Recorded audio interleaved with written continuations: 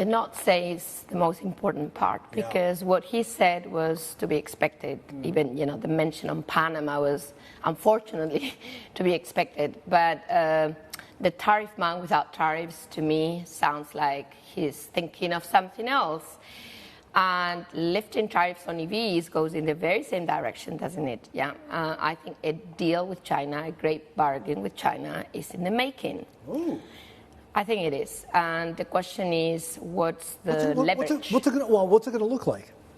What's the leverage? Because if I had been Trump, I would have actually been slightly harsher to have more leverage. I wouldn't have lifted any tariff to have more leverage. Is TikTok leverage? Well, but the TikTok leverage, he's actually lifting part of that leverage. I mean, you may say, yeah, he's taking time to use that leverage. But it's not comparable to EV tariffs. Yeah, I mean, the U.S. could be flooded with EVs. And therefore, I think in terms of economic impact, it's not comparable. Yeah, do you see a grand bargain happening? I think so. Actually, a question for you would be, what can China offer President Trump? I mean, obviously, phase one in 2020 didn't really work out. Partly you can blame the pandemic, but the reality is the target set at the time wasn't really particularly realistic. What can China offer now that President Trump can say, okay, that's a good deal, and then we can discuss more? Or the flip side is, and this is what China's trying to figure out, right? What does Trump actually want? Right. Good point. Well, let me start by what Trump is asking for Europe. It's not the same thing, but beyond NATO contributions, which I'm afraid won't be requested from China, so forget about that. Yeah. It's all about LNG gas to Europe.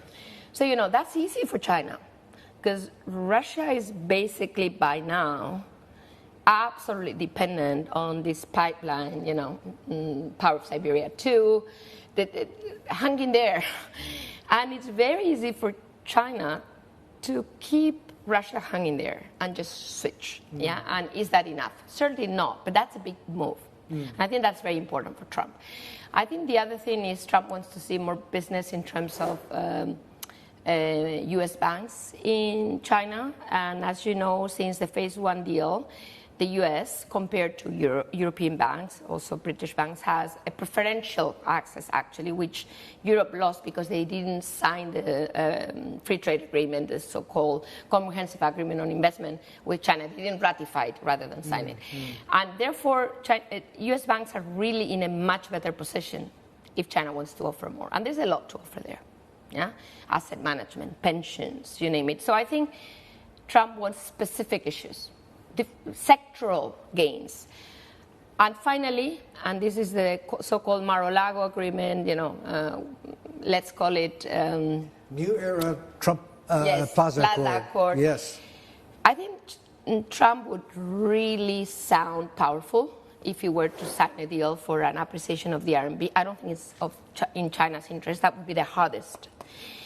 But China may play with that, because it's a long... Well, hold on. Appreciation, a new era Plaza Accord or Mar-a-Lago Accord, whatever it's going to end up being called, right, would involve two things happening at the same time, right? You're saying appreciation of RMB, which implicitly also means then depreciation of the dollar?